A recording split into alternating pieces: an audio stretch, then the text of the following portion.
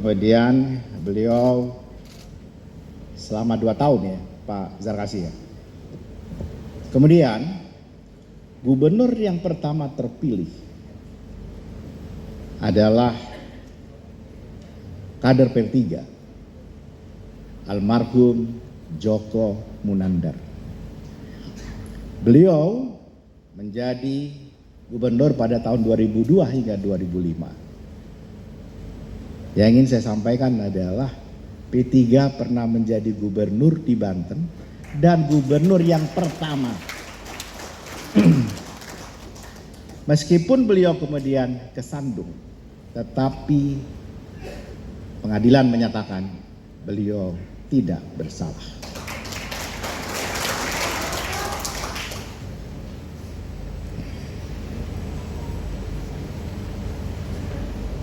Kemudian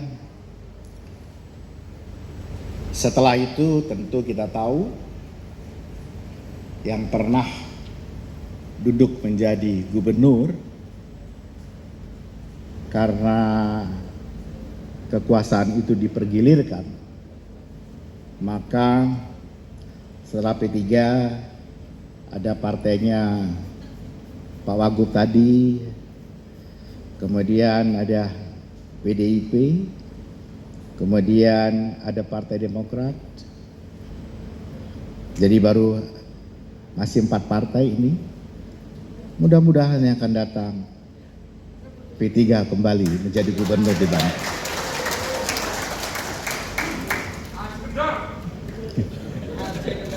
Yang saya banggakan seluruh kader Partai Persatuan Pembangunan, wabil khusus para peserta musyawarah wilayah Provinsi Banten, ketua, sekretaris, para pemegang pemilik suara yang sah. Sekali lagi marilah kita naikkan rasa syukur kita kehadirat Allah Subhanahu wa taala sehingga kita bisa hadir di Muswil ini, dan ini sungguh sebuah kemewahan kalau menurut saya dengan jumlah yang berapa semua ini. Kadang-kadang saya juga deg-degan juga. Pak Wagub. Tadi disebut Pak Wagub, ada 2 yang masih orange. Istri saya bertanya yang anggota Komisi 2 DPR RI itu, yang satu-satunya menemani saya kalau tidur.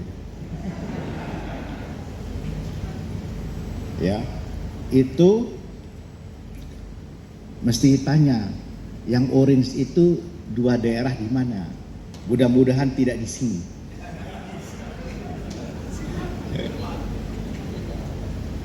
Ya, kita kirimkan doa kepada mereka yang terpapar dan mereka yang berhimpit dengan masalah. Semoga mereka segera pulih dan juga segera diangkat seluruh masalah yang mereka hadapi sehingga kembali dalam aktivitasnya masing-masing. Salawat dan salam kita sampaikan kepada pemimpin besar kita, junjungan kita, Nabi Allah Rasulullah Muhammad SAW, kepada keluarganya, sahabatnya, kepada seluruh umatnya hingga di akhir zaman. Mudah-mudahan termasuk kita di sini yang kelak memperoleh syafaatnya. Amin.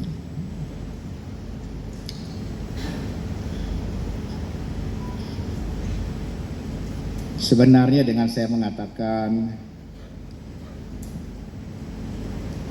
bahwa kedua beliau itu patut dilanjutkan, sambutan saya sebenarnya sudah berakhir. Artinya jalan kita menjemput mimpi menang bersama untuk Banten, insya Allah dipimpin oleh kedua beliau yang saya sebut tadi.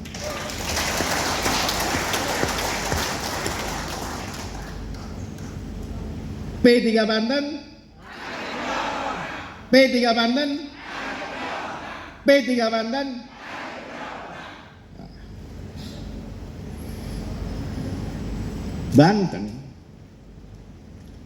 Banten ini Pak Gubernur, Pak Wagub, wah kalau sudah saya sebut gubernur,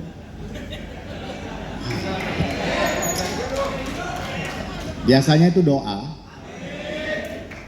apalagi kalau termasuk yang diberi jaket tadi. Ya, Banten itu di antara 34 provinsi di seluruh Indonesia termasuk daerah yang tingkat PDRB per kapitanya itu di tengah. Tidak terlalu ke bawah, tetapi juga tidak terlalu ke atas. Kalau untuk di seluruh Jawa, di seluruh Pulau Jawa ini, setidak-tidaknya rankingnya itu nomor 2 setelah Jawa Timur. Saya keluarkan Jakarta, karena Jakarta sudah terlalu nggak bisa diperbandingkan lagi. Jadi Jawa Timur itu sekitar 4.188, ini dalam mata uang US dollar per kapita. Kenapa saya menggunakan angka ini? Karena angka inilah Pak Wagub yang kita gunakan untuk mengentaskan, membawa negara bangsa ini lepas dari middle income trap, dari jebakan penghasilan menengah, yaitu kita harus tembus di atas 12.000 US dollar. Paling tidak Banten seharusnya sudah bisa naik dari 4.000-an, di atas 4.000-an, masuk di upper middle income. Bagaimana caranya? Ini yang ingin saya sampaikan. Karena ini yang saya diperintah oleh Kang E.F. Saifullah itu, yang membuat syair lagu tadi, inilah jalan kita, menjemput mimpi, menang bersama. Begitu loh Kang E.F. Syair yang luar biasa sekali, inilah saatnya. Artinya bagaimana kehadiran kader-kader Partai Persatuan Pembangunan di Banten ini turut serta, bukan hanya menjadi penonton, bukan hanya menjadi objek, dan bukan hanya muncul ketika pemilu, ketika pilkada, atau ketika kalender-kalender politik itu sedang berlaku. Tidak. Kader-kader P3 harus hadir di setiap saat, setiap detik perjalanannya sejarah Banten.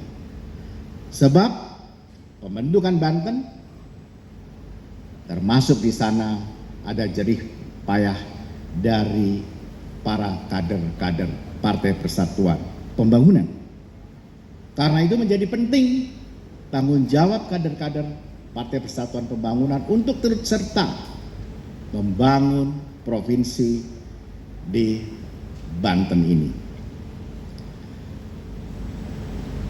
Karena kita telah membuktikan pernah memimpin daerah ini, dan mudah-mudahan akan memimpin lagi. Amin. Nah, untuk itu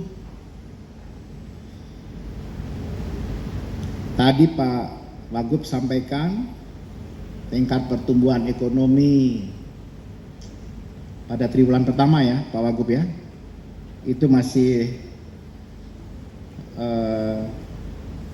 ya lumayan 0,39, di bawah nasional memang, karena nasional 0,78. Tadi saya dibisikin oleh Mardiono yang punya Banten ini soal stunting, Pak. Stunting sebenarnya Banten sudah lumayan. Stunting di Banten itu sudah sedikit di bawah rata-rata nasional yang 24, sekarang 23 kalau saya tidak salah Pak Wagub. Dan menurut saya, karena tadi dibisikin oleh Pak Mardiono, saya berharap kader-kader P3 turut serta di dalam membantu Pak Wagub, membantu masyarakat Banten untuk sama-sama menurunkan stunting. Ada yang tahu stunting nggak? Atau ada yang nggak tahu? Kalau yang nggak tahu saya kasih sepeda. Banyak yang nggak tahu atau banyak yang tahu? Banyak yang nggak tahu atau banyak yang tahu? Banyak yang nggak tahu, mana yang ngacung bilang banyak yang nggak tahu? Ngacung aja. Nanti yang banyak yang nggak tahu saya kasih sepeda yang kecil tuh. Ya, karena penting sekali menurut saya Banten bisa menjadi contoh bagi daerah-daerah yang begitu erat dan kuat sekali tradisi keagamaannya, tradisi Islam yang kuat, untuk menjadi contoh bagi daerah-daerah lain yang juga mayoritas daerah Muslim tetapi stuntingnya tinggi. Berbeda dengan daerah lain, stunting di Provinsi Banten itu tidak disertai dengan tingginya imunisasi dasar lengkap. Maksud saya, imunisasi dasar lengkapnya relatif sedikit masih di bawah rata-rata nasional, tapi jauh lebih baik dibandingkan misalnya Banten, misalnya Aceh, misalnya lagi Sumatera Barat, misalnya lagi Kalimantan Selatan, misalnya lagi Bengkulu, Jambi, dan seterusnya. Kenapa saya sampaikan materi ini? Saya ingin sampaikan bahwa dalam kesempatan yang lain, saya mengatakan semestinya kerja-kerja politik, kerja-kerja yang punya dampak elektoral adalah juga kerja-kerja pembangunan. Kerja-kerja pembangunan itu sesungguhnya telah juga dikerjakan, dilaksanakan oleh kader-kader P3 pada masa-masa, dari masa ke masa. Banyak hal yang dilakukan oleh Partai Persatuan Pembangunan di masa Orde Baru, di masa awal reformasi, yang bersama-sama turut serta menggerakkan masyarakat membangun negeri ini, membangun bangsa ini. Kegiatan-kegiatan yang langsung dirasakan oleh masyarakat dilakukan oleh Partai Persatuan Pembangunan. Contoh, saya buka-buka ini Pak Zarkasi, buka file yang lama. Ternyata dulu kan kalau yang namanya Posyandu itu didominasi atau dikuasai oleh partainya Pak Wagub. Betul Pak Zarkasi? Jadi partai-partai yang dianggap oposisi pada waktu itu zaman Orde Baru itu seakan-akan lepas dari kegiatan-kegiatan itu. Nah, rupanya ada satu file yang saya baca, tidaklah demikian. Malah di Sumatera Utara, di Jakarta, di Gorontalo, di Garut, Tasikmalaya, di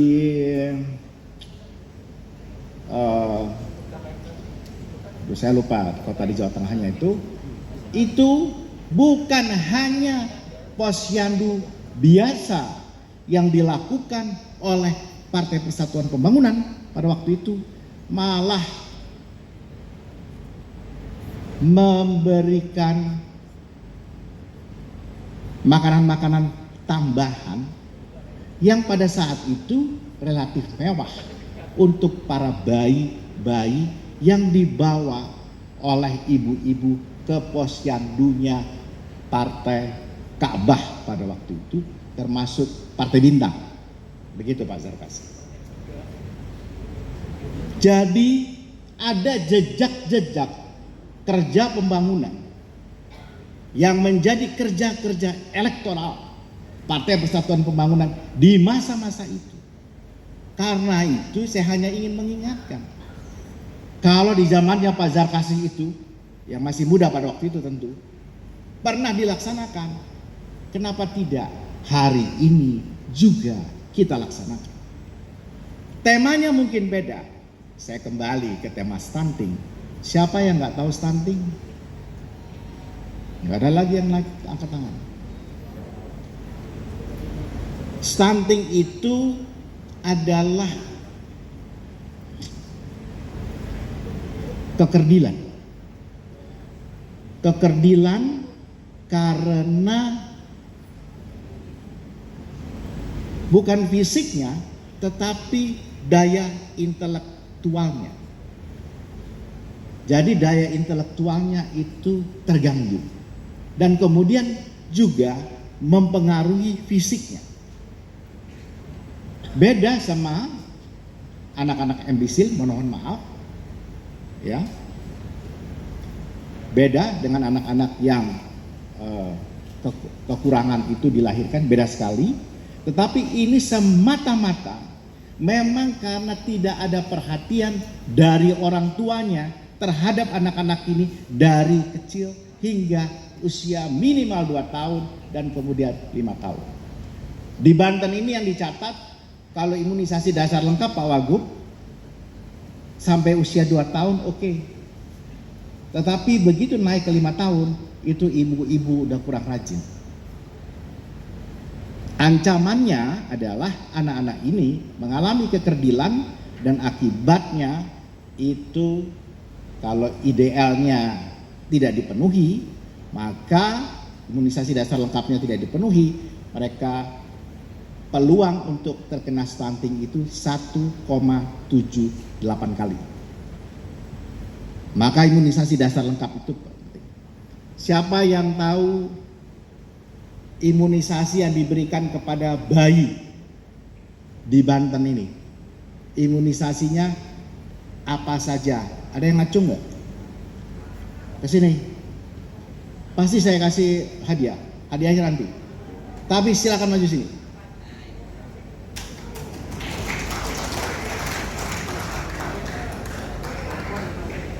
Tolong dikasih mic beliau. Apa saja?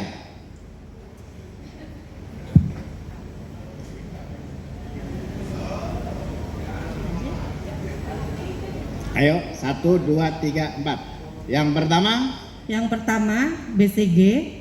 Oke. DPT 1, 2, 3. Ya pokoknya DPT dulu. Iya. Terus? Polio. Ya. 3, campak. 4. Terus? Hepatitis. Oh, ya 5. Satu lagi.